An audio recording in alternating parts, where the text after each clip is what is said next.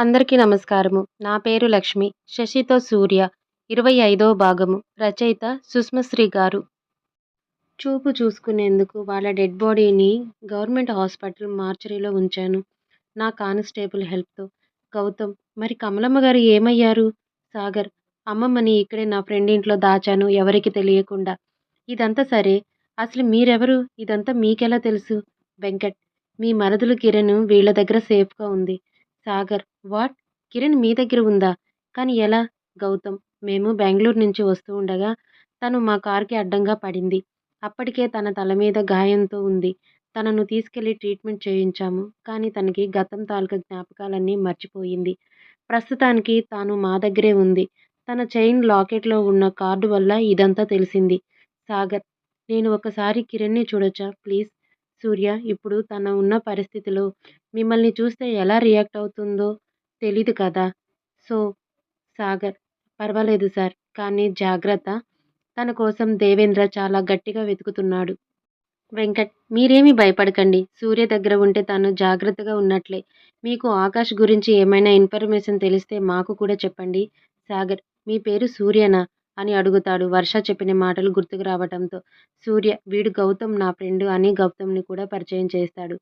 సాగర్ ఆఫీస్‌కి, సూర్య ఇంటికి వెళ్ళిపోతారు. గౌతమ్ కృష్ణని పిక్ చేసుకోవడానికి ఇన్‌స్టిట్యూట్‌కి వెళ్తాడు. గౌతమ్ వెళ్ళేటప్పటికి కృష్ణ ఎవరితోనో గొడవ పడుతుంది. గౌతమ్, ఏంటి గొడవ? కృష్ణ, వీడు ప్రపోజ్ చేశాడు. Gautam, so what? Krishna, so what? ఏంటి అంత లైట్ తీసుకున్నావ్? గౌతమ్, ఈ ఏజ్‌లో ఇది కామన్ కదా! కృష్ణ కోపంగా వెళ్ళి కార్‌లో కూర్చుంటుంది. గౌతమ్ డ్రైవ్ చేస్తూ, ఎందుకంత కోపం?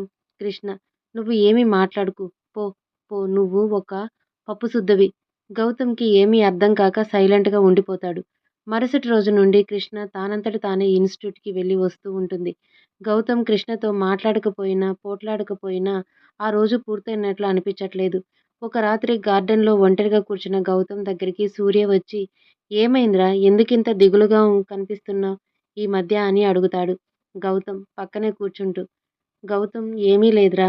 సూర్య, రేయ్, ఏంటి నాటకాలా నా దగ్గరే దెబ్బలు పడతాయి. చెప్పు ఏంటో అని అడుగుతాడు. గౌతమ్ కృష్ణ విషయం చెప్పి, ఎవరో తనకి ప్రపోజ్ చేస్తే నా మీద కోప్పడి నన్ను అవాయిడ్ చేస్తుంది. అసలు అందులో నా తప్పు ఏమైనా ఉందారా? అయినా నాకు తనతో గొడవ పడకపోతే ఏదో దిగులుగా అనిపిస్తుంది. బహుశా తనతో గొడవ పడటం అలవాటయ్యిందని చెప్తూ ఉంటాడు.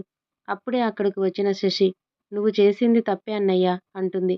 గౌతమ్ అర్థం కాక శశిని చూస్తుంటే, శశి వెళ్ళి గౌతమ్‌కి మరో పక్కన కూర్చుంటూ, గౌతమ్ భుజం మీద తలపెట్టుకొని, ఏ అమ్మాయి అయినా ఒకరిని ఇష్టపడుతుంది అంటే ఫస్ట్ వాళ్ళ నోటి నుండి ఐ లవ్ యూ అని వినాలని అనుకుంటుంది. కానీ వాడెవడో ప్రపోజ్ చేస్తే నువ్వు ఇది చాలా కామనే కదా అని అన్నావు. మరి కృష్ణకి కోపం రాదా అని అక్కడి నుండి వెళ్ళిపోతుంది. గౌతమ్ మౌనంగా ఆలోచిస్తూ ఉండగా, సూర్య, రేయ్, నిన్ను కృష్ణ ఇష్టపడుతుందిరా. గౌతమ్, వాట్? సూర్య, హా!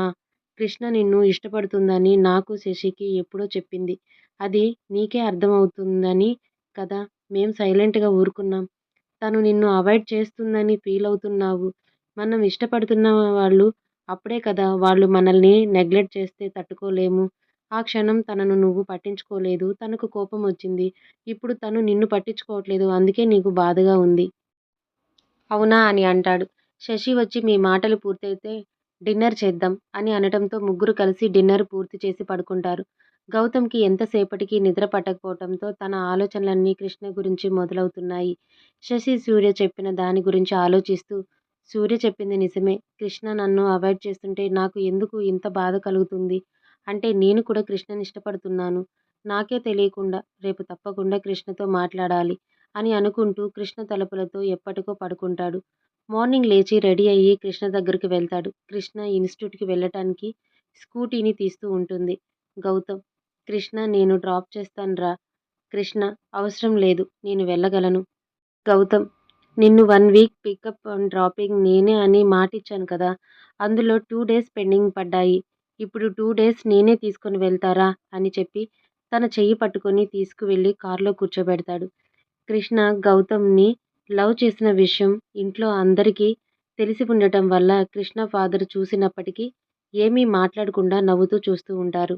గౌతమ్ కృష్ణని ఇన్‌స్టిట్యూట్‌కి తీసుకువెళ్ళి తనకు ప్రపోజ్ చేసిన అతనిని 4 పీకి, చూడు తను నా మనిషి. తనను ప్రేమించినా, పోట్లాడినా నేనే చెయ్యాలి.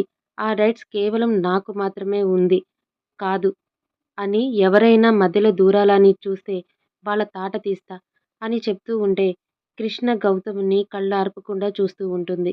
గౌతమ్ కృష్ణ చెయ్యి పట్టుకొని కార్‌లో కూర్చోబెట్టి కాఫీ షాప్‌కి తీసుకువెళ్ళి ఇంకేంటి చెప్పు? ఇప్పుడు కోపం పోయిందా? కృష్ణ ఏంటి చెప్పేది? నా కోపం ఇంకా పోలేదు అని చెప్పి వెళ్ళి కార్‌లో కూర్చుంటుంది. గౌతమ్ నవ్వుకుంటూ కృష్ణ వెనకాలే వెళ్ళి కార్‌లో కూర్చొని కృష్ణని దగ్గరకు తీసుకొని తన పెదవులపై కిస్ చేసి నీతో ముద్దు పెట్టించుకున్నా, కొట్టించుకున్నా అది నేనే అవ్వాలి లైఫ్ లాంగ్. నీకు ఓకేనా? కాకపోయినా కృష్ణ తల కొట్టుకుంటూ ఈ రకంగా కూడా ఎవరైనా ప్రపోజ్ చేస్తారా అని అంటుంది.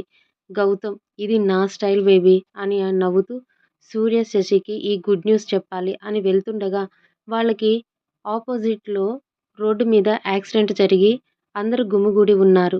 గౌతమ్ కార్‌ని పక్కకి పార్క్ చేసి నేను ఇప్పుడే వస్తా. నువ్వు కార్‌లోనే ఉండు అని చెప్పి యాక్సిడెంట్ జరిగిన ప్లేస్‌కి వెళ్లి చూస్తాడు. ఒక 12 ఏళ్ల పిల్లాడు రక్తంతో తడిసి స్పృహ లేకుండా పడి ఉన్నాడు. గౌతమ్ ఆ పిల్లాడిని చేతిలోకి తీసుకొని అంబులెన్స్‌కి ఫోన్ చేశారా ఎవరైనా? అని అడుగుతాడు అక్కడున్న వాళ్ళని. వారిలో ఒకతను చేశామండి. ఇంకా రాలేదు అని సమాధానం చెప్పాడు. గౌతమ్ కృష్ణకి ఫోన్ చేసి కారు తీసుకురమ్మని అక్కడికి రమ్మని చెప్పడంతో కృష్ణ యాక్సిడెంట్ జరిగిన ప్లేస్‌కి వెళ్తుంది. గౌతమ్ పిల్లాడిని కారులో పడుకోబెట్టి దగ్గరలో ఉన్న హాస్పిటల్‌కి తీసుకొని వెళ్తాడు. కృష్ణ హాస్పిటల్‌కి దగ్గర ఏమైనా ప్రాబ్లమ్ అవుతుందని వెంకట్‌కి ఫోన్ చేసి రమ్మంటుంది. గౌతమ్ డాక్టర్, డాక్టర్ అని అరుస్తూ పిల్లాడిని లోపలికి తీసుకొని వెళ్తాడు. డాక్టర్ వచ్చి ఎవరీ పిల్లాడు? ఏమైంది? గౌతమ్ యాక్సిడెంట్ అయింది డాక్టర్. బాగా బ్లడ్ కారుతుంది. కొంచెం త్వరగా ట్రీట్మెంట్ చేయండి అని అంటాడు కంగారుగా. డాక్టర్ ఏంటి యాక్సిడెంట్ అయిందా? పోలీస్ కంప్లెయింట్ ఇచ్చారా? కృష్ణ చెప్పాను కదా డాక్టర్. వస్తూ ఉంటారు. డాక్టర్ అయితే రానివ్వండి వచ్చాక చూద్దాం. గౌతమ్ అప్పటిలోగా వాడి బ్లడ్ పోతుంది ప్లీజ్ డాక్టర్ అని గౌతమ్ బ్రతిమలాడటం కృష్ణకి నచ్చలేదు. డాక్టర్ చూడయ్యా వీడికి ఏమన్నా అయితే తర్వాత మా ప్రాణం మీదకు వస్తుంది. అయినా వీడికి మీరు ఏమవుతారని అడుగుతాడు. గౌతమ్ ఈ బాబు ఎవరో మాకు తెలీదండి. రోడ్డు మీద యాక్సిడెంట్ అయితే తీసుకొని వచ్చా. డాక్టర్ ఆహా ప్రతి ఒక్కడు రోడ్డు మీద యాక్సిడెంట్ అవ్వగానే ఆపద్బాంధవుడిలా ఆదుకోవాలని చూసేవాళ్లే తీరా ఇక్కడకు తీసుకువచ్చాక ఏదైనా పోలీస్ కేసు అవుతుందని భయపడి నెమ్మదిగా జారుకుంటారు. తర్వాత పోలీసులతో మేము నానా తిప్పలు పడాలి అని ఆ చిరాగ్గా అంటాడు. అప్పుడే అక్కడికి ఒక బరువైన పర్సనాలిటీ వస్తుంది. ఆమె ఏవండి ఈరోజు మీకు ఇష్టమని వడియాల పులుసు చేశాను రండి భోంచేద్దురు కానీ అని గారాలు పోతూ మాట్లాడుతుంది. డాక్టర్ ఒళ్ళు పళ్ళు ఇగిలించుకుంటూ ముత్యం నా కోసం ఎందుకింత కష్టపడతావు? నేనంటే నీకు ఎంత ప్రేమో అని అంటాడు. కృష్ణ గౌతమ్ బాధను చూసి తట్టుకోలేక అక్కడ ఉన్న ఒక కత్తి తీసి ముత్యం చేతి మీద కోస్తుంది. అంతే ముత్యం అరిచి గగ్గోలు పెడుతుంది. ఏవండి ఏవండి ఇది ఎవరో నన్ను చంపేస్తుందండి. అమ్మో నొప్పి, అయ్యో నొప్పి అని అరుస్తూ ఏడుస్తుంది. డాక్టర్ అయ్యో ముత్యం రక్తం కారిపోతుంది. ఎంత పని చేశావు పిల్లా! నీ సంగతి తర్వాత చెప్తా ఉండు అని అంటూ ముత్యంకి ఫస్ట్ ఎయిడ్ చేయబోతాడు. కృష్ణ తన దగ్గర ఉన్న కత్తి తీసి ముత్యం మెడకు పెట్టి ముందు ఆ పిల్లాడికి ట్రీట్మెంట్ చేయి. తర్వాత దీనికి ఫస్ట్ ఎయిడ్ చేద్దువు గాని అని అంటుంది.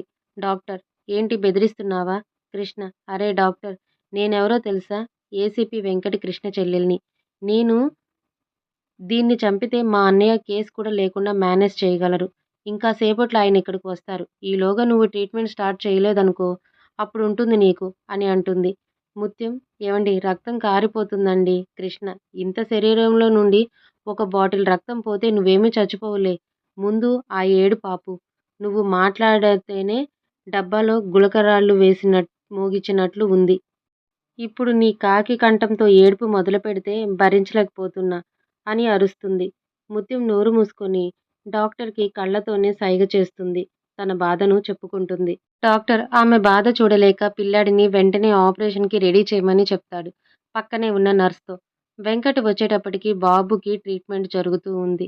వెంకట్ వచ్చి గౌతమ్‌తో ఏమైంది? ఎవరు ఆ బాబు? అని అడుగుతాడు. గౌతమ్ కృష్ణకేసి చూస్తూ కత్తితో కోసింది అని చెప్తాడు. కృష్ణ, వెంకట్ ఇద్దరు గౌతమ్‌ని వింతగా చూస్తూ ఏంటి అని అడుగుతారు. గౌతమ్ తేరుకొని అదే ఆ యాక్సిడెంట్ రోడ్డు మీద యాక్సిడెంట్ అయ్యింది అని చెప్తాడు తడబడుతూ.